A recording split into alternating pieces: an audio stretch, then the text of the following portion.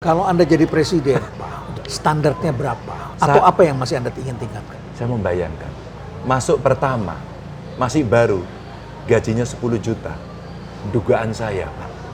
Mas skill Ganjar, berapa? ini kan terekam. Dan kami akan putar kembali kalau pada saat Anda jadi presiden, Anda tidak jalankan. Akan kami putar kembali sebagai pengingat Anda di kemudian hari.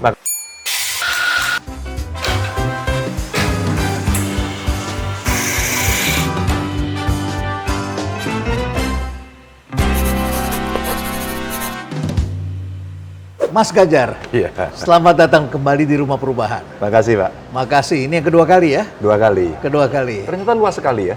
Ya, terutama karena pohon. Jadi rasanya polusi hilang dari sini. Polusi hilang, jadi kita nggak perlu pakai masker di sini. Betul. Ya. Mas Ganjar, ini permintaan dari netizen. Kami mengejar sampai kemarin mau pergi ke Semarang. Wow. Ternyata kita nggak ketemu ya, karena ini persiapan pensiun. Mantap ya? Mantap. Mantap. Makan tabungan nanti kalau udah Setelah pensiun. ini, setelah ini mantap Iya. ya. Saya lihat dan kemarin saya tanya sama Yeni Wahid, apa kesannya tentang calon-calon presiden ini? Iya. Dia paling terkesan dengan Mas Ganjar. Apa itu? Ya, dia katakan Ganjar pemimpin yang asik dan gaul. Staminanya tinggi sekali ya. stamina tinggi. Saya sampai kaget. Ya. Satu hari kegiatannya banyak sekali. Ya. Yang saya dengar dari tim sesnya yang mendampingi gitu ya. Ya. Tapi dengan semua itu makannya banyak banget. Itu pasti dari Bu Sinta. Sinta ya. Mas Ganjar, Anda sampai itu lari bener itu. Maraton itu benar Anda? Half. Atau maraton karena politik?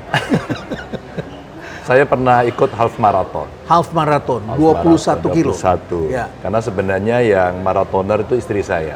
Oh, istri memang maraton. Istri. Pantes keduanya tubuhnya sama-sama bugar. Jadi istri saya setelah kami berdua bersepeda, Ya. hampir tiap hari bersepeda, hampir tiap hari. Hampir tiap hari. Terus saya jatuh, Ya. terus istri saya bilang udah deh sekarang ganti yang lebih risiko rendah gitu. Jalan kaki, kemudian lari, jogging begitu. Lama-lama ikut tenki, terus kemudian istri saya latihan, Ya. terus dia kepingin betul-betul, dia pecahkan rekor buat dirinya sendiri ikut maraton.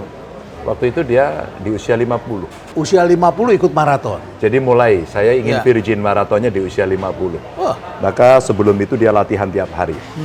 Lama-lama karena saya menemani terus-menerus, ikutlah acara Borobudur Half Marathon. Istri saya udah lari duluan, saya ikut di belakangnya. Tentu ketinggalan.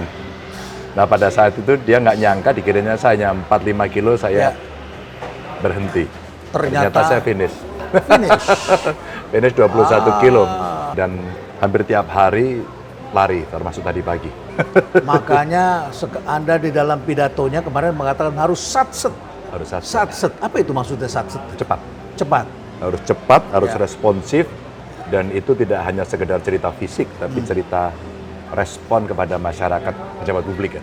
Sebagai pejabat publik. Masyarakat itu kalau mendapatkan laporan Pak Reinhardt, hari ini lapor, hari ini dia mendapatkan respon. Kadang-kadang sekedar menjawab, siap saya kerjakan, itu sudah senang. Ya. Apalagi tuntas pekerjaannya. Ya. Karena seringkali kalau lapor pada pemerintah kan seringkali menunggu lama, oke ya sedang diproses dan sebagainya. Itu bahasa lama. Bahasa lama dan tidak jelas itu. Maka satset sekarang ini. Harus satset. Ya. Tanggal 5 September Anda akan pensiun dan Ya. mulai mantap tadi. Apa yang Anda pikirkan yang masih menjadi hutang Anda di Jawa Tengah? Masih banyak. Saya orang yang meyakini setiap pemimpin tidak akan bisa menuntaskan semuanya. Ya. Tidak bisa kita selesaikan semua persoalan. Tidak Ya. mungkin, karena selesai di sini akan muncul Muncul persoalan baru. persoalan baru. Penduduk juga sama. Ya. Mohon maaf, yang di sini selesai di dunia, Ya. meninggal, Ya. ada yang lahir. Ada kehidupan lagi yang Ada baru. kehidupan Ya. dan terus berputar. Ya. Itulah siklus. Tapi setidak-tidaknya kita mesti ada yang ditargetkan untuk bisa kita selesaikan. Dan hari ini saya masih memimpikan semua orang bisa mengakses pendidikan. Pendidikan. Ya, makanya kita bikin ya yang tidak mampu agar bisa mengakses pendidikan dengan mudah. Sekolahnya mesti gratis, APBD kita taruh di situ, termasuk di kemiskinan. Ya. Karena dua hal ini menurut saya menjadi fondamen yang paling penting. Ya. Kalau sudah miskin Pak Reinhardt, itu problem penyakit semuanya akan keluar. Maaf, dia tidak sekolah. Ya, Bahkan kalau semuanya kita tarik ikut mundur, ekornya. stunting, Ya. Ya, mohon maaf, akhirnya aksesnya semua makin rendah dan kualitas hidupnya rendah. Ya. Dan itu PR yang masih harus kita selesaikan. Ya. Dibandingkan dengan provinsi lain, kalau saya lihat data pada waktu Anda mulai, Mas Ganjar, itu tingkat kemiskinannya memang lebih tinggi daripada provinsi lain. Ya. Dan kemudian Anda berusaha keras menurunkannya. Kalau tidak salah dari sekitar 14% pada Ya. waktu itu, Ya. kemudian turun menjadi 10%. Ya. Begitu ya, sekitar Ya. 10%. Apa resepnya sampai Anda bisa menurunkan seperti itu? Sebagian orang hanya membandingkan melihat bottomnya dibandingkan. Padahal ada usahanya dari 14%. Ya, lebih tinggi daripada provinsi lain. Tentu pencapaiannya ini yang kita lihat, yang luar biasa. Tidak apa-apa. Menurut saya mengevaluasi sesuatu apalagi berbasis pada data Ya, itu menjadi sesuatu yang penting untuk pendidikan, apalagi dalam politik. Dan orang seperti saya sebagai gubernur tidak perlu menghindar kok. Kalau emang belum berhasil ya katakan saja. Maka saya katakan di depan itu masih menjadi PR Ya. yang belum selesai. Soal mereka menilai sukses atau tidak, itulah publik. Tapi Pak, pada saat itu kita menemukan kemiskinan tinggi, ini dengan apa? Pendekatan yang selama ini muncul selalu berbasis berapa anggaran dialokasikan. Tapi bagaimana kita mengeksekusi rata-rata tidak terpantau. Yang dua, lebih basic lagi sebenarnya, datanya presisi atau tidak. Maka seluruh bantuan yang seringkali muncul, seolah-olah kalau sudah ada namanya, sudah Ya. selesai. Padahal itu bisa salah orang. ya, Nah, makanya data menjadi basis, lalu kita mencoba untuk mencari. Ada Pak Renhat, sudah miskin, Ya. terus kemudian didata, beres nih, datanya beres, sudah dikasih bantuan, tapi sekian orang tercecer. Dan itu kami temukan, maaf. Mereka belum masuk data, mereka miskinnya super ekstrim, mohon maaf. Hidup sendiri, mereka penyandang disabilitas, dan tidak terdata. dan tidak terdata. Kadang-kadang mereka berada di remote area. Inilah yang kemudian dibantu teman-teman Kades, RT, RW, camat, bupati. Cari lagi Cari orang-orang. ketemu. Ini tidak terjamin. Bahkan mereka surat aja tidak punya ya. Bagaimana mau terdata? Betul. Ya. Ini yang kemudian kita jamin waktu itu, terus kemudian kita kasih dong Ya. identitasnya, kita kasih kartu Ya. agar dia bisa punya identitas. Ya. Namanya Jateng Sejahtera. Ya. Ya kita bayar. Kan Ya. pasal 34 nih fakir miskinnya mesti dipelihara oleh negara. Kita pelihara. Satu itu. Dua, kemudian satu OPD kita minta untuk mengadvokasi satu desa miskin.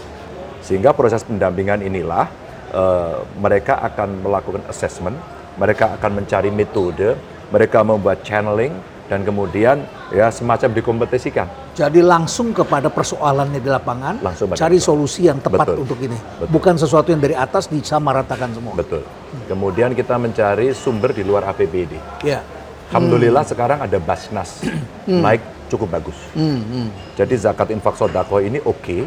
Dan kemudian kami mencoba untuk memetakan mana yang sudah tercover dan mana yang belum. Dan mana yang kemudian tiba-tiba dia mengalami persoalan. Maaf, sudah miskin, Ya. sakit, Ya. belum ada BPJS, Ya. atau mereka sekolah ijazahnya nggak bisa diambil, dia nggak bayar sekolah, dan seterusnya. Akhirnya ini kita selesaikan dengan Basnas. Ada juga kemudian para filantrop. Ya sekarang kan banyak ya Ya, platform-platform. ada Kita Bisa, Udahlah. ada Benih Baik, Betul. ya. Itu kita undang untuk ikut terlibat. Ya. Ada juga CSR. Ya. Maka cerita-cerita kegiatan di samping yang mainstream itu ya, itu kita coba lakukan. Dan ternyata kalau data kita presisi, kita intervensi, kita keroyok secara gotong royong lebih cepat. Akhirnya kemarin saya melapor kepada Pak Wapres. Izin Pak Wapres, kami mencoba untuk mempercepat penurunan angka kemiskinan ekstrim. Tapi ini sudah di tengah masa anggaran, Pak Gubernur. Bagaimana cara menyelesaikan? Kami tidak pakai APBD. Lalu kami gunakanlah cerita-cerita ini, Ya. dan kemudian ya, alhamdulillah kawan-kawan bekerja dengan luar biasa. Ini ciri khas para pemimpin PDIP seperti ini ya. Saya lihat Pak Abdullah Azwar Anas di Banyuwangi juga Begitu ya? polanya memang kerakyatan begitu dan partisipasi publik digerakkan. Jadi tidak pernah ada kata tidak kalau ada hambatan. Selalu mencari solusi begitu ya. Begini Pak, kami diajarkan secara ideologis. Ketika orang bicara marxisme, sebenarnya di otak kita sudah tahu, yang mau dibela itu wong cilik, sudah. Meskipun jargon ini mungkin cukup lama, tapi eksekusinya bentuknya apa? Ya. Maka kenapa kami membuat aplikasi Lapor Gub Seandainya secara institusi mereka tidak bisa terselesaikan dengan cepat, maka mereka bisa melapor. Dan itu masuk dalam dashboard kami. Ya. Kami ngontrolnya lebih cepat. Ya, Mas Ganjar, saya pengen yang lebih serius ini. Oke. Ini persoalan tantangan besar dunia. Ya. Kita menghadapi era baru di mana era fossil fuel akan berakhir. Ya. Dan kemudian kita akan masuk kepada energi terbarukan. Dan dalam pidato Anda kemarin di Semarang itu, Anda mengatakan kita akan masuk ke green economy. Ya. Dunia, bagaimana green ini Anda akan bangun. Apa yang Anda lihat dan mengapa green ini menjadi sangat penting? Sebenarnya green and blue. Green and ekonomi. blue. Green and blue ekonomi. Blue ini Dan- maksudnya energi laut. Energi laut, Energi laut, betul. Dan kemudian potensi yang mesti kita optimalkan begitu ya. Karena kita kan sebagian besar laut sebenarnya. Betul. Green, ini is a must. Ya. Wajib. Kalau hari ini kita cerita umpama Jakarta kemudian polusi dan kemudian Polusi, orang ribut, kering. sekarang silahkan kerja di rumah dan Di rumah, sebagainya. Itu sudah peringatan yang super keras. Bahwa green kita ini harus diperbaiki. Wajib dan mesti lebih cepat. Apa yang mesti kita selesaikan? Kalau Pak Jokowi umpama sudah melakukan hilirisasi agar kemudian transisi energi menuju green energy, menuju green economy mesti segera disiapkan, maka jemputlah dengan cepat. Kalau kita melihat, maka kita punya sumber daya alam yang cukup bagus, nikel. Nikel, ya. Maka kita bisa hilirisasi. Itu nanti jadinya baterai. Jadinya untuk baterai. mobil listrik. Betul. Maka kita butuh SDM yang bagus untuk menyelesaikan itu. Ya. Kita harus punya keputusan politik yang serius pada soal itu. Dan end to end-nya mesti selesai juga di sini. Karena sebenarnya kita mampu. Tinggal kita bekerja sama. Itu salah satu yang dilakukan. Lalu perlu diberikan kemudian insentif agar keseriusan itu muncul. Umpama, kalau kemudian kita ingin menggunakan katakan green energy berbasis energi yang tidak mencemari, maka mesti ada insentifnya. Pajak lah, ya, terus kemudian fasilitas lah, sehingga orang akan bisa berjalan. Ini pengalaman kecil aja. Waktu kami panggil kawan-kawan dari dinas yang ada di Jawa Tengah, kalau kita kembangkan ini di Jawa Tengah punya apa? Ternyata kita punya geothermal, sudah ada di Dieng. Panas bumi. Panas bumi. Ini pengalaman Iceland yang waktu itu nyaris bankrupt karena energinya atau national budgetnya dipakai untuk membeli fosil fuel. Fossil fuel. BBM dari Timur BBM. Tengah, dari negara lain. Ya. Dan ketika kemudian dia invest yang cukup besar, Ya. maka kemudian amanlah, Dia tidak perlu impor lagi. tidak perlu impor, bahkan jalannya hangat. Dan itu juga terjadi di New Zealand ya. Di New Zealand. Yang hidup di atas cincin api seperti kita. Betul. Nah, kita punya banyak sekali. Kalau kita melihat itu, pengalaman dari Dieng, pengalaman yang ada sekarang ini ongoing di Gunung Slamet, dan butuh sosialisasi kepada masyarakat, karena itu tidak semua tahu, maka ini salah satu kekuatan kita. Oke, panas bumi. Panas bumi. Ada matahari udah terlalu banyak. Luar biasa. Udah terlalu Kita di banyak. atas khatulistiwa. Kita bisa lakukan itu, dan banyak sebenarnya kantor-kantor sekarang kita dorong. Ayo kita bikin lomba, terus kemudian di remote area yang belum ada elektrifikasinya, sekarang kita dorong, udah nggak usah narik kabel, kasih saja mereka itu solar panel, sehingga mereka bisa menggunakan. Ada lagi kita nemukan Pak Renhard, Ya. gas rawa. Gas rawa. Ini saya nggak pernah dengar ini. Saya kasih tahu berarti. Karena ada pengalaman menarik, para geolog kami menemukan beberapa tempat di Jawa Tengah itu ternyata ada tumpukan semacam humus, Ya. nggak tahu berapa juta tahun, Oh, ya. terus kemudian Ya. itu keluar gasnya. Jadi dia sudah lapuk di sana dan Lapuk masih di sana, gas yang tersimpan. Ya. Betul. Dan itu kita praktekkan di beberapa tempat, di Banjarnegara, di Karanganyar, di Sragen itu. Kita praktekkan di sana, ternyata itu bisa membuat energi rumah tangga free. Untuk masyarakat di sekitar situ. Betul, untuk pembakaran. Ini contoh yang menurut saya cukup konkret. Sehingga dari banyak alternatif ini sebenarnya bisa kita optimalkan. Ya. Belum waste to energy. Belum lagi kalau kita bicara tenaga angin. Tentu belum semuanya optimal, dan itu butuh teknologi. Butuh sumber daya manusia. Ini mesti jadi crash program ketika kita melihat sumber daya yang fosil makin berkurang. Mesti serius pada soal ini. Ini pertanyaan serius, jadi jawabannya sangat serius kelihatannya. Iya. Mudah-mudahan masyarakat paham apa yang dibicarakan karena calon Iya, presiden harus bicaranya cukup komprehensif Iya, iya, Tapi iya. kita punya komoditasnya, kita punya energi terbarukan. Kalau gitu persoalan selanjutnya apa? Apakah bisa dikerjakan dengan SDM seperti ini? Belum. Belum. Nah, ini pertanyaan yang saya senang ini.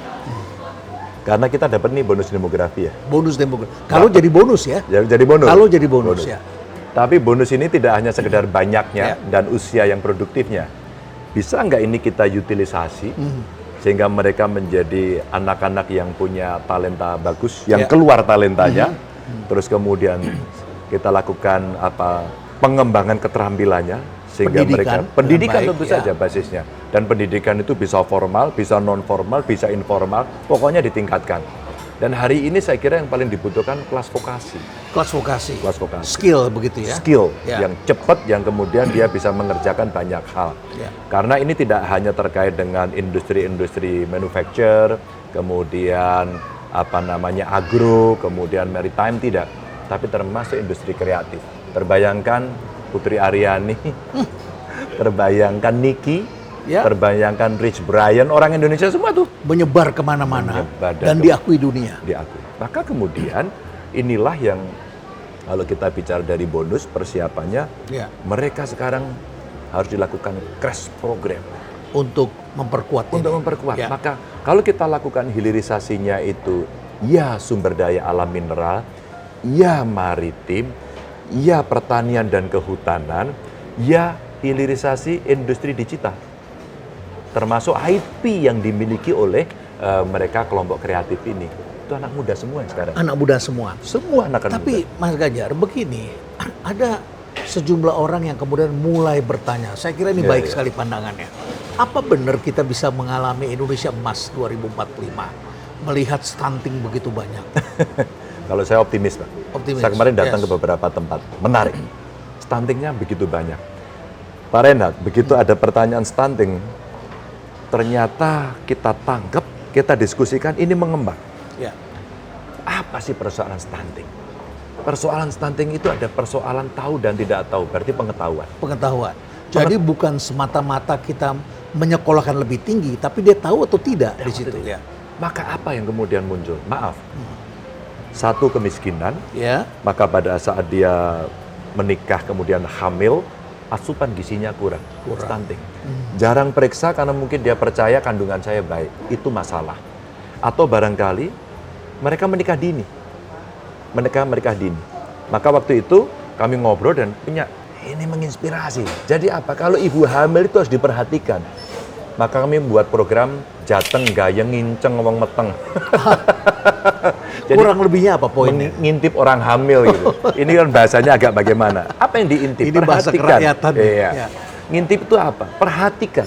Seperti orang nembak. Pasti ngintip kan orang nembak. Dimonitor. Monitor, targetnya jelas.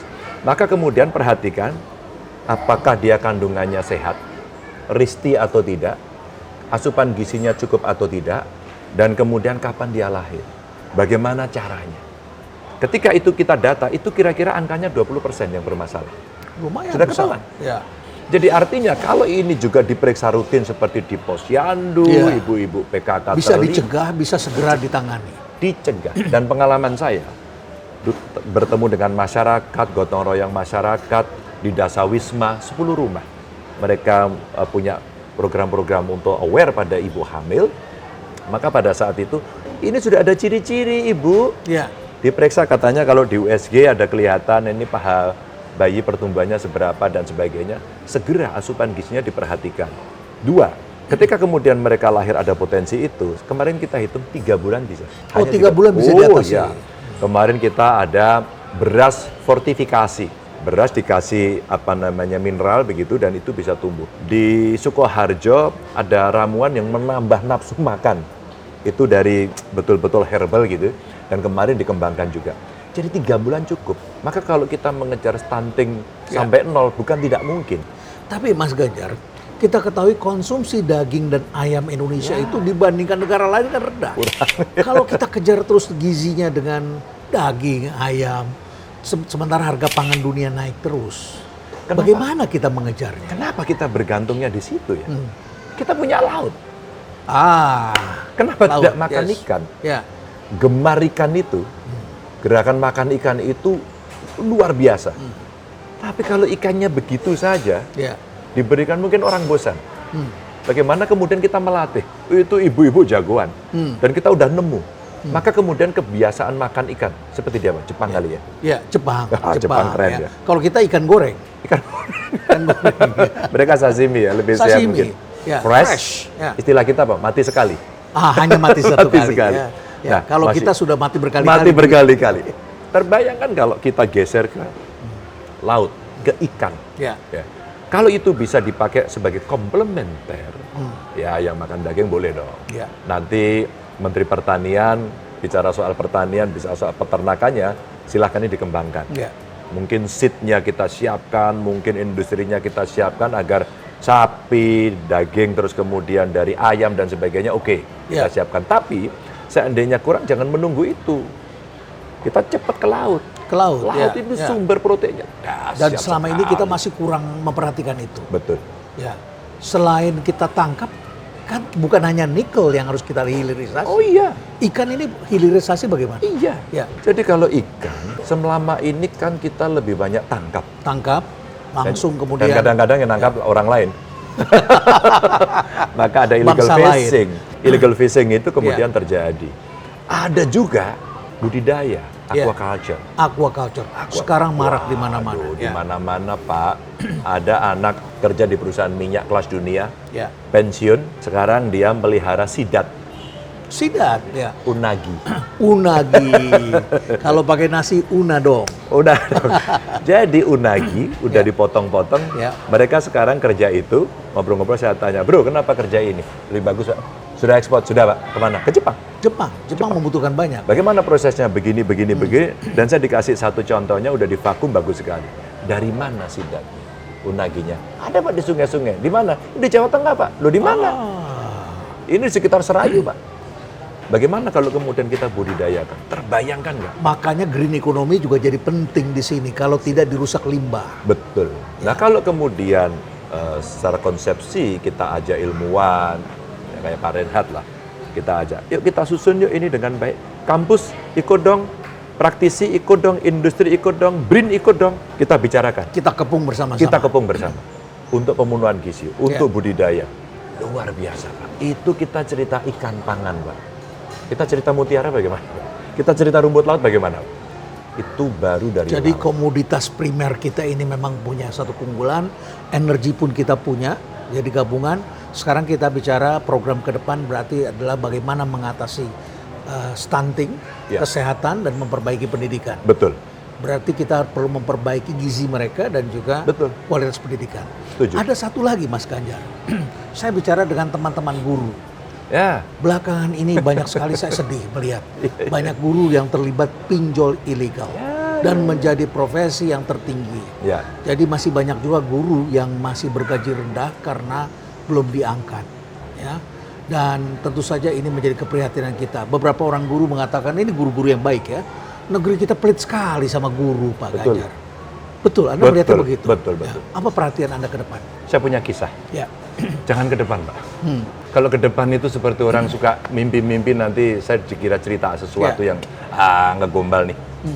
Ceritanya begini. Setelah ada keputusan Undang-Undang Otonomi Daerah, SMA, SMK, termasuk SLB diberikan kepada provinsi dari kabupaten Ya, kota. betul, diserahkan kepada provinsi dan kabupaten. Apa yang saya lihat? Yang saya lihat pertama adalah persebaran sekolah. Ternyata tidak merata. Maka akses pendidikan dari wilayah terdekat, apalagi dengan sistem PPDB zonasi, sistem zonasi, maka banyak yang tidak tertampung. Termasuk tempat kelahiran saya di Tawangmangu, Pak. Jadi saya itu Karanganyar. nggak ada SMA negeri, SMK negeri di sana. Maka sekolahnya terdekat di Karangpandan atau di Karanganyar dan itu panjang. Harus jalan sejauh itu. Naik kendaraan, angkot. Dan saya mengalami waktu SD. Apa artinya ketika kemudian kita menggunakan zonasi, pasti nggak ada yang sekolah negeri. Dan satu anak yang lahir di sana itu jadi gubernur di Jawa Timur. Dan pada saat itulah kemudian datang Pak Ganjar, tolong dong, saya buatkan sekolah. Ya. Mungkin pernah viral, karena sekolah waktu dibangun saya cek, saya tendang sekolah itu. Oh iya, ganti ki Mas. Loh ini Pak itu nggak pakai tembok, saya tendang. Akhirnya diperbaiki semua, ini quality. Itu cukup ramai itu. Ya, cukup. Itu, Itu satu Ya. persebaran. Ya. Yang kedua, saya ingin cerita Pak. Saya tanya guru-guru ini, berapa pendapatan? 200.000 Pak, 300.000, dan itu diberikan kadang-kadang 3 bulan. Wow. Itu di bawah garis kemiskinan. Wow. Ya, ya. Oke, saya suruh hitung Pak. Begitu itu dikasih, saya suruh hitung. Hitung sekarang. Berapa sebenarnya kebutuhan pendidikan? Muncul Pak, saya terinspirasi ini pertanyaan ini. Gara-gara tanya pendapatan itu, kita bongkar semuanya.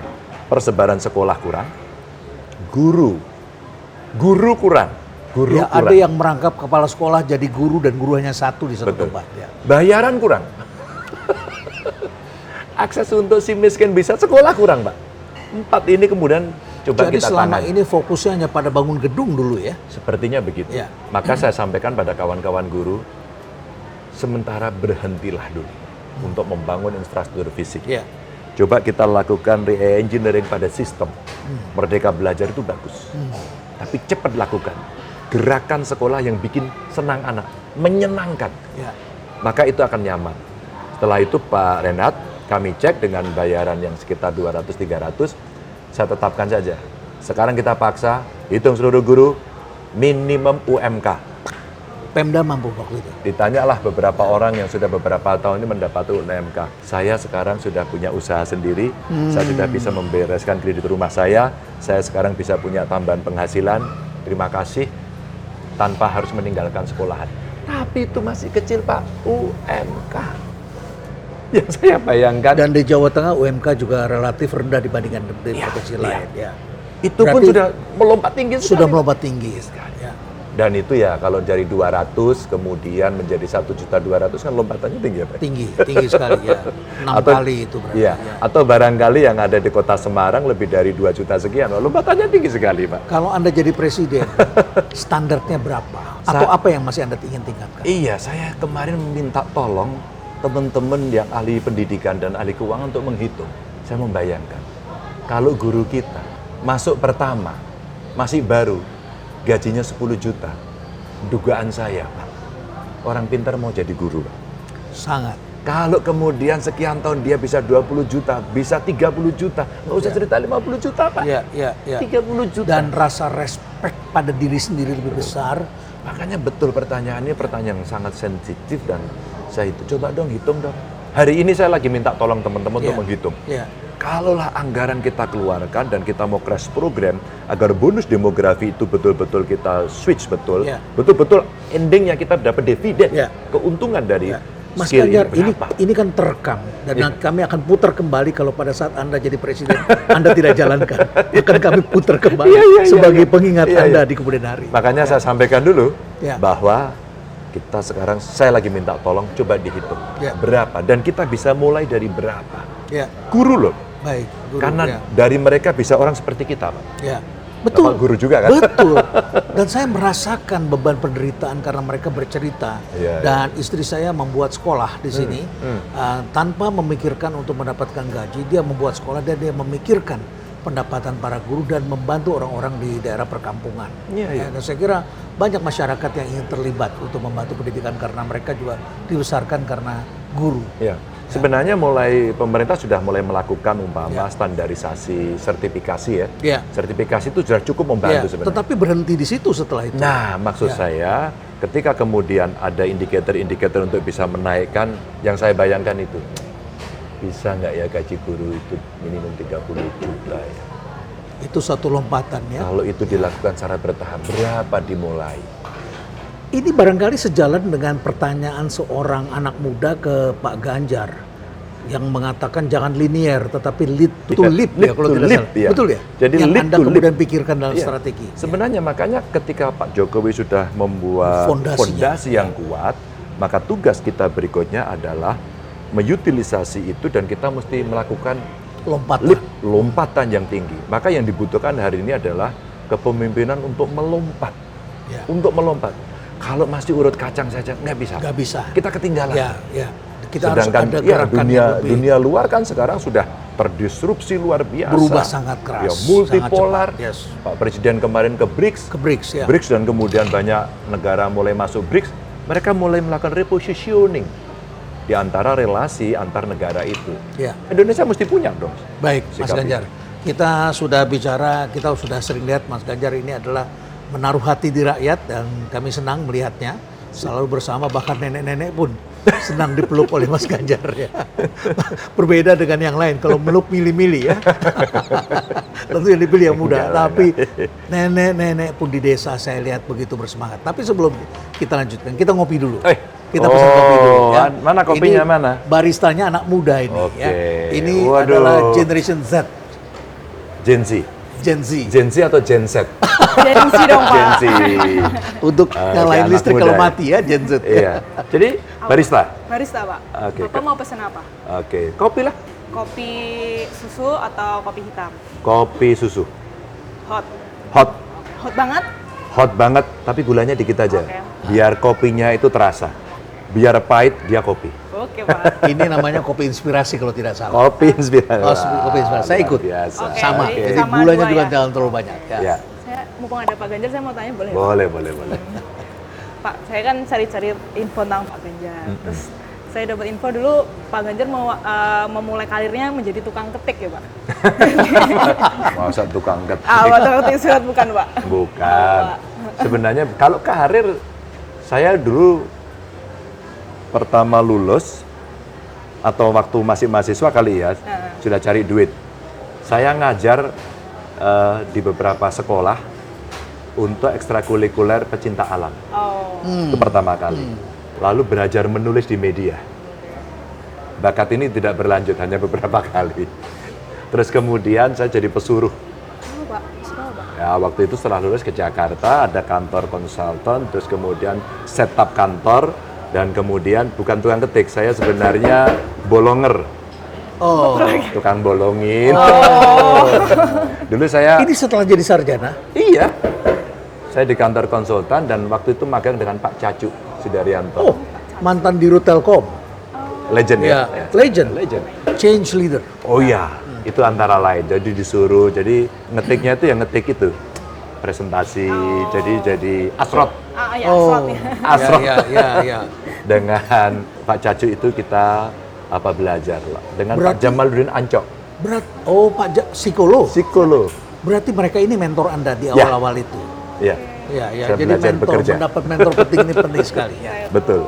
Itu saya belajar bagaimana beliau membaca buku, bagaimana menjelaskan sesuatu yang baru. Ya.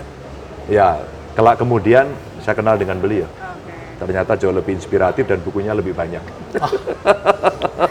Tapi dari kuliah kan Pak Ganjar kayaknya udah terlihat panggilannya di politik ya, Pak? Nah, itu pertanyaan yang menarik ya. Karena dulu pernah diomongin sama teman-teman kuliah itu. Ganjar ini loh, apa-apa di politik. Apa-apa dipolitisasi katanya. Tapi sekolahnya memang politik kan? Bukan, saya hukum. Bukan. Oh, hukum. Sekolahnya ilmu Saya hukum. S1 saya hukum di Oke. UGM itu. Bukan sospol ya? No, bukan. Hukum, Saya S1-nya hukum, baru saya lulus jadi DPR, saya ambil S2 di UI, politik. Jadi ngambilnya itu jadi politik di politisi UI. dulu, baru sekolah politik. Jadi mungkin ini Mbak, teman-teman ngomongnya begini kira-kira. Kayaknya memang kamu bakat politik kan? Waktu itu mahasiswa itu. Dan betul, rasa-rasanya tahun 92 saya sudah ikut kampanye dan ikut PDI, belum perjuangan. Tahun 92. Jadi sudah kenal Pak Suryadi, tahu kan zaman Pak? itu Pak Suryadi ya. Mahasiswa kan Pak. Ya. Kita datang, Pak Suryadi datang, kita datang, Mas Guru, Pak Kwi Kiangi, ini tokoh-tokoh awal. Tokoh seniornya saat itu. Dan mentor saya waktu ketemu di Jogja itu Pak Suparjo Suryo Guritno. Oh, senior itu, ya pejuang. Ya, jadi kalau politik sejak mahasiswa, disitulah. Berarti kalau gitu kan Bapak tegak lurus ya Pak ya? Tegak lurus dari mahasiswa sampai sekarang menjadi capres. Ya, insya Allah Oke. rute saya saya lalui di tempat yang sama. Dan saya merasa terhormat saja Pak ya, merasa bangga begitu, mendapatkan kesempatan menjadi anggota DPR RI, kemudian menjadi gubernur, dan hari ini diminta untuk menjadi calon presiden begitu ya. Tentu ini yang paling berat saya kira, dan mesti serius untuk menyelesaikan itu. Jadi tegak lurus. Tegak lurus ya. Ini Pak, saya mau kalau membandingkan dengan generasi saya Pak, teman-teman saya nih Pak. Kalau Pak Ganjar kan saya lihat track recordnya ini tegak lurus terhadap apa yang Bapak mau gitu dalam karir gitu. Nah kalau teman-teman saya nih Pak, banyak banget yang 6 bulan nganggur, merasa kayaknya aku harus switch karir gitu. Atau baru masuk perusahaan berapa bulan kok kayaknya nggak cocok gitu. Jadinya kebanyakan teman-teman saya itu ikut bootcamp gitu. Nah, saya sering juga diskusi sama Prof. Renat, kayaknya kalau misalnya apa-apa bootcamp ini fondasi knowledge-nya nih kayaknya gimana gitu Pak, kurang gitu. Nah, menurut Pak Ganjar nih, pandangan Bapak ke depan karir dan pekerjaan masa depan anak muda ini seperti apa Pak? Karena anak-anak sekarang sering berpindah-pindah karena nggak secure. Nggak apa-apa. Justru ketika muda, berpindah-pindahlah sampai kamu menemukan. Sampai kamu menemukan. Jadi anak muda kadang-kadang melihatnya dua.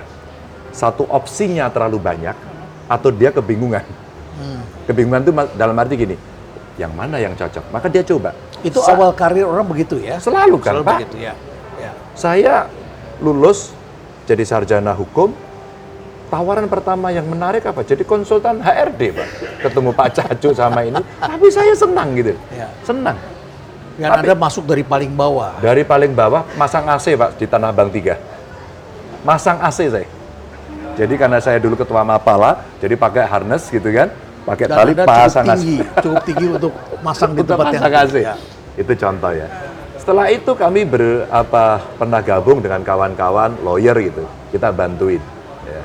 Meskipun tidak jadi partner lah gitu ya. Ngobrol-ngobrol Pak. Nggak nemu lagi. Setelah itu apa? Politisi gitu. Dan akhirnya saya berhenti di politisi. Oh inilah.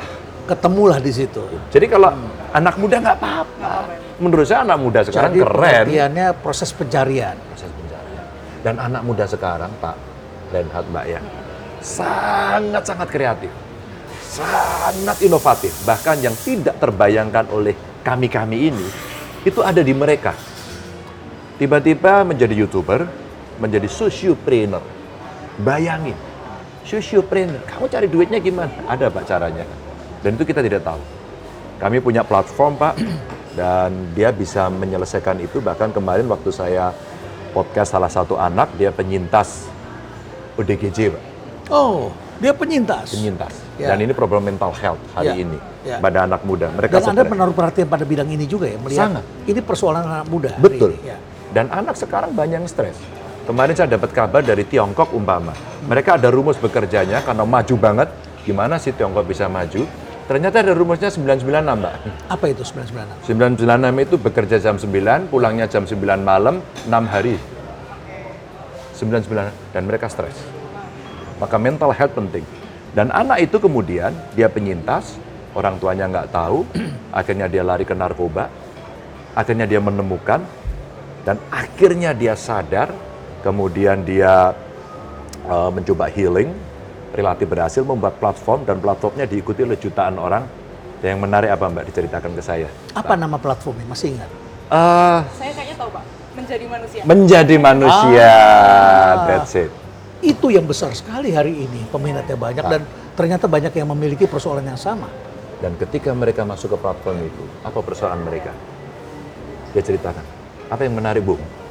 Ketika platform itu diakses oleh mereka, saya mendapatkan beberapa orang menyatakan gini, makasih ya sudah sharing, saya tidak jadi bunuh diri. Ini anak muda, saya aja nggak punya kepikiran, Pak. Nggak punya kepikiran, maka saya tadi cerita sama Pak Renhat. Di dunia kreatif kemudian orang bisa membuat warung kopi, ya, terus kemudian dia bisa buka cabang dimanapun, franchise bahkan, itu anak muda. Atau tadi itu, kelompok kreatif, mereka menjadi chef, mereka content creator, atau ya muncul anak-anak hebat seperti yang saya katakan Rich Brian, Nicky atau Putri Aryani dan seterusnya. Dunia tanpa batas. Tanpa batas. Ya, ya. Jadi sesuatu yang tidak pernah kita bayangkan sebelumnya ya. Itu anak muda menyelesaikan masalah dengan caranya sendiri dengan dan menemukan mereka. Tugas kita memfasilitasi mereka, Pak. Maka menurut saya hari ini yang diperlukan agar mereka lebih kreatif lebih banyak adalah harus lebih banyak kreatif hub yang kita bikin. Agar mereka bisa menuangkan semua gagasan idenya itu ketemu dan kolaborasi. Kalau Anda jadi presiden, saya ingin menjadikan ini salah satu kreatif hub yang saya sumbangkan untuk negara. Waduh, ini salaman dulu dong, salaman dulu. Nah, karena saya sudah buat Pak, ya. namanya Heterospace.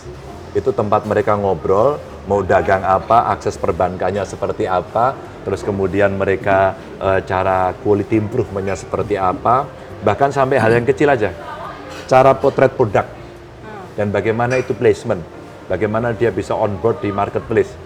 Kami buat di 3 tempat so far sampai hari ini. Dan ini menarik sekali kalau itu terjadi, orang kan bisa belajar. Orang bertemu di sini dan kemudian saling menginspirasi satu sama lain. Iya. Dan anak-anak muda saya kira memiliki keunggulan tertentu karena mereka sangat. mempunyai teknologi dan dibentuk ketika mereka masih muda. Betul. Ya. Kan saya juga follow Pak Ganjar nih di Instagram. Pak Iya, Ganjar iya. terlihat luas sekali di sosial media. Ini apa Pak maksudnya? Branding kah atau bagaimana ini? Apa cara mendekatkan dengan Iya. Ini sama. Ini Mbak, ceritanya tahu nggak? Ketika sekarang orang melihat itu, pasti dianggaplah saya ini branding. Padahal itu saya kerjakan cukup lama. Jadi begini ceritanya. Saya pengen menyentuh rakyat saya secara langsung. Tapi dengan kurang lebih 36 juta penduduk Jawa Tengah, tidak mungkin. Apa yang memungkinkan? Terinspirasi oleh anak muda. Medsos. Medsos, ya. Medsos, platform, membuat aplikasi. Maka kemudian kita dorong dan akhirnya saya lakukan itu. Mulai dari saya Facebook, pindah ke Twitter waktu Twitter baru. Sekarang X ya. Sekarang X, terus kemudian Instagram. Dan Instagram paling menarik ternyata. Berikutnya lagi lebih meriah TikTok. Akhirnya bertahap saya masuk ke situ. Dan dari situlah kemudian kami sebenarnya konsep awal itu pemerintahan ini kita bikin ngepop. Tidak terlalu kaku, dia friendly. Jadi dekat dengan rakyat. That's it. Saya mau ini sebenarnya. Bagaimana mendekati rakyat karena rakyat sudah punya akses itu. Nah, ketika mereka sampaikan maka banyak yang DM. Saya pernah di DM tenaga kerja kita, PMI kita yang di Kamboja disekap. Oh, Kita pulangkan, Pak. Hanya dari DM IG. itu warga Jawa Tengah.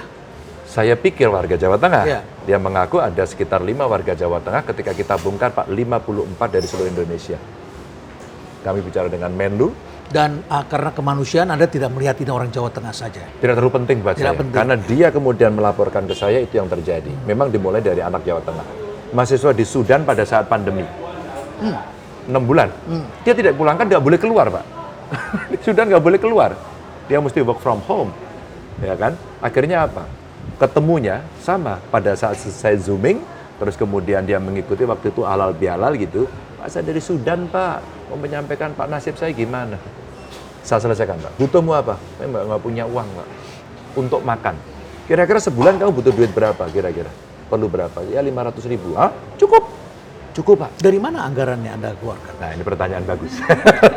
Karena sebagai pejabat biasanya nanti ya saya pikirkan, nanti ya. Nggak pakai nanti, Pak. Begitu selesai, ini mahasiswa lagi nyantri di sana sekolah, saya telepon Basnas. Basnas telepon nomor ini, akses hari ini, apakah pentasarufannya bisa di sana. Langsung cek memenuhi syarat transfer, Pak. Dan lebih dari beberapa hari. Solutif. Selesai. Dan itu saya terharu, Pak. Waktu ngasih ke temennya di video, Pak Ganjar ini satu-satu. Maksud saya, sebenarnya ada banyak cara yang bisa kita pakai dan inspirasi saya sebenarnya anak muda itu. Bahwa medsos bisa kok kita pakai. Pak Ganjar luas, sebenarnya saya itu hanya ingin menyampaikan sesuatu kegiatan saya sehari-hari. Ya kayak itu. Kamu Dan boleh begitu suka, ketemu masalah langsung dipecahkan. kamu suka silakan, nggak suka boleh, tidak semua. Tapi saya lakukan cara saya. Ya. Tapi bicara soal branding kan bukan cuma medsos saja. Ini rambutnya juga jadi branding. Ini bukan branding, Pak. Orang Jawa bilang gawan bayi. Apa nggak mau cat rambut, Pak? Enggak, karena sekeluarga saya begini, Pak.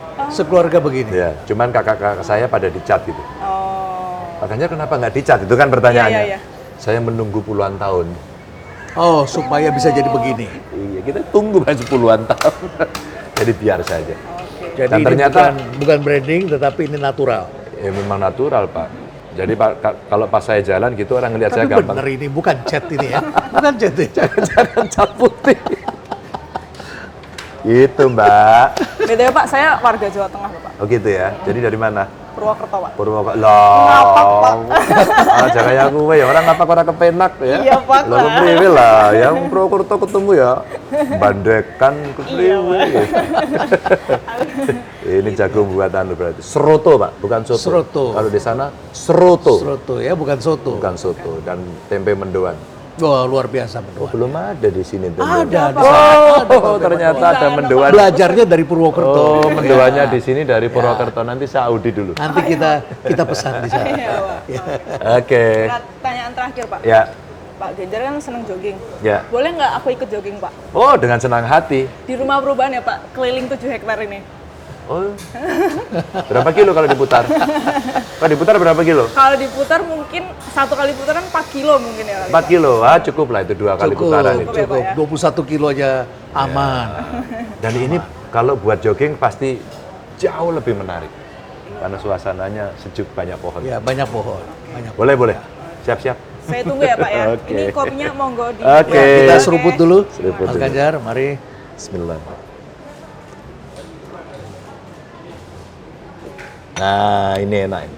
Ya, pas ya. Tidak terlalu manis, Ya. sehingga kopinya terasa. Ada pahitnya, nendang. Nendang. Dan Anda pernah mempromosikan beberapa kopi masyarakat, saya lihat itu. Kopi yang terbaik itu di Jawa Tengah itu dari Temanggung. Oh, Temanggung. Jadi pernah ada anak-anak muda kayak dia tuh, dia ngumpulin kopi-kopi terus kemudian dia olah sedemikian rupa. Ya. Pernah lomba dari 10 jenis, 8 dia menang. Oh, Jadi Temanggung itu di luar tembakau sebenarnya ada kopi. Ya. Dan banyak sebenarnya di tempat-tempat lain, daerah-daerah pegunungan. Temanggung itu yang latar belakangnya ada 2 gunung itu, Betul, Sindoro Sumbing Sindoro itu. Sumbing. Yang membuat para guru terinspirasi membuat gambar kita waktu SD. Waktu SD ada gambar pemandangan Dari sana gunung ya? dua dari sana. Betul, betul. Mas Ganjar, Ya. Pak Jokowi telah membangun infrastruktur sebagai fondasi. Tadi Anda katakan seperti itu.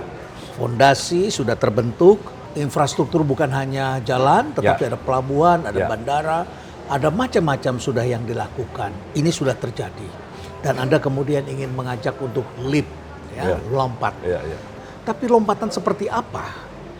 Wah, ini kelihatannya banyak tamu Oh, ini iya, loh. iya, iya. Mas Bener Ganjar, juga si ya. rambut putih di sini banyak yang mau salaman kelihatannya. Iya, nih. iya, iya. Ya, ini. Aduh, ya makasih. Mau foto ya, silakan. Iya, iya, iya. Silakan, silakan. Oke. Yuk, silakan. Kalau gitu saya agak mendekat ya. Ya. Terima kasih, Mas. Terima hai. kasih. Ya, foto Ya, di sini. ya. Ya, silakan. Oh, Ya. dadah, Bye-bye. dadah. Halo, halo, Dadah. Masih ada lagi? Oke, kita lanjut dulu. Lanjut dulu setelah ini ya. Baik. Jadi lompatan, tadi kita bicara Iya, iya. ada lompatan. Ya. Apa Sebenarnya lompatan? satu aja, Pak. Mengutilisasi Ya. yang sudah ada. Hmm. Jadi kalau Pak Jokowi membuat jalan tol, bagaimana kita menambah added value dari jalan tol itu? Ya. Tentu logistik sistem, termasuk yang ada di pelabuhan, termasuk yang ada di bandara, termasuk yang tol laut. Maka mengutilisasinya ini menjadi PR kita untuk kita lakukan lompatan. Kalau sudah ada jalan tol, tidak ada yang lewat kan bahaya. Maka kemudian jalan tol mesti kita tuntaskan sampai pada titik-titik pertumbuhan ekonomi. Umpama, Berarti ekonomi harus bergerak dengan betul, adanya harus infrastruktur. ekonomi Pak. Exit tolnya ada berapa? Menuju kemana? Siapa yang menuntaskan? Menurut saya, gubernur kayak saya mesti jemput bola. Pak Basuki minta dong exit tolnya di sini agar ini bisa masuk daerah pariwisata, pusat pertumbuhan ekonomi. Jadi tidak sia-sia daerah situ. Iya dong Pak, dilewati. jangan Ya. hanya lewat dada-dada Ya, aja. biasanya yang pandai itu adalah pemilik properti. Nah, Usaha betul. properti, Langsung dibuat exit Ya. tol, properti, langsung perkebunan, mungkin pertambangan. Kalau kemudian kita bisa lakukan itu, maka infrastruktur inilah menjadi bermanfaat. Pasti nilai tambahnya akan muncul. Bagaimana kalau Ya. pertanian kita produksinya, ya maaf jalannya rusak, bahkan tidak ada jalan, pasti akan sangat Jadi mahal infrastruktur penopang dan juga dibuka kegiatan ekonomi. sekali. Betul. Lompatannya antara lain Harus dilakukan dipandu dari itu, situ. betul. Maka tinggal kita menghitung di mana pusat-pusat pertumbuhan ekonomi, pada komoditas apa, dan harus dibawa kemana, berapa lama waktunya. Nanti di pelabuhan kita hitung lagi, Pak. Ya. Kalau infrastruktur pelabuhannya udah bagus, dwelling time-nya bagaimana? Birokrasi yang menuju ke sana bagaimana? Ini turunnya banyak. Bagaimana agar ini terjadi lebih cepat dan lebih kompetitif, berhadapan dengan bangsa-bangsa lain. Betul, Pak. Kalau itu sudah bisa terjadi, maka lompatan akan terjadi. Kan hilirisasinya terjadi. Sesuatu produksi yang bisa kita lakukan end to end di sini, maka added value-nya pasti tinggi, apalagi bisa ekspor. Ya. Kemudahan ekspor bisa dilakukan, kemudahan investasi bisa diberikan, penegakan hukumnya pasti infrastruktur akan punya peran yang sangat Sekarang penting. saya ingin masuk ke pertanyaan yang tidak serius. Tadi serius ya? Tadi serius. Kali ini adalah mengenai Caimin.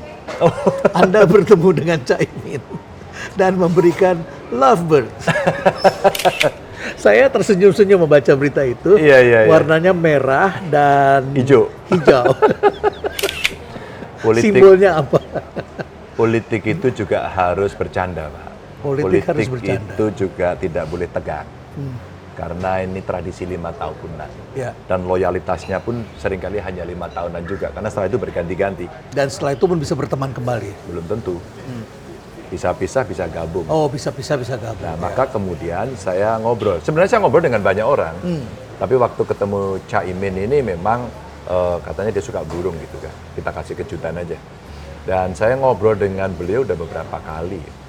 Ya, kita bicara banyak hal karena sama-sama kuliah di UGM. Oh, jadi dia 1 Anda tahun di atas sama-sama, saya beliau. Oke. Beliau dulu di Sospol, saya di hukum.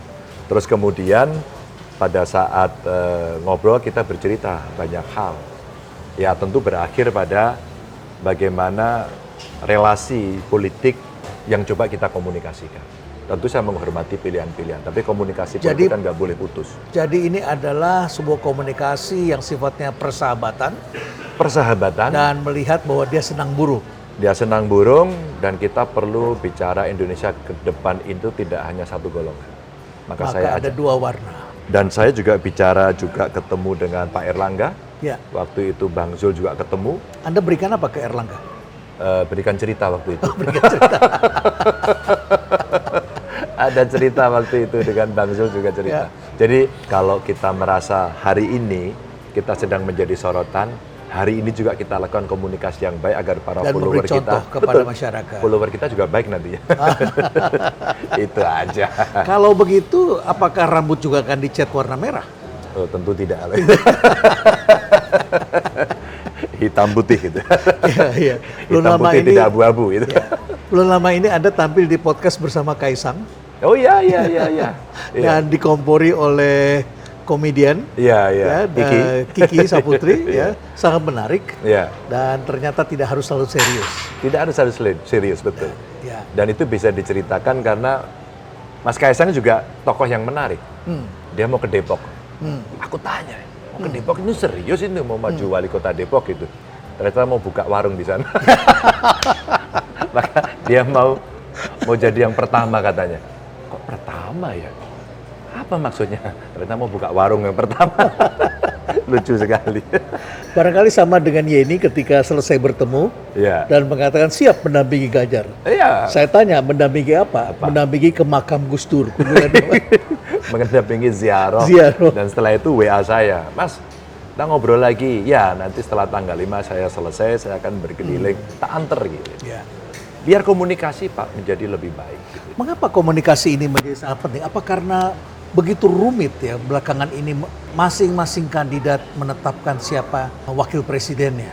Ya. Di masa lalu kita sudah mendapatkan satu pasangan, Bu Mega dengan siapa, Pak Jokowi juga dengan Ma'ruf Amin, langsung diumumkan bersama satu paket.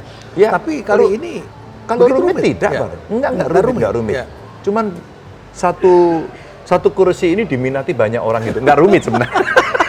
Dan itu butuh komunikasi. Ya. Kan kita sudah pemilihan presiden berkali-kali. Ya.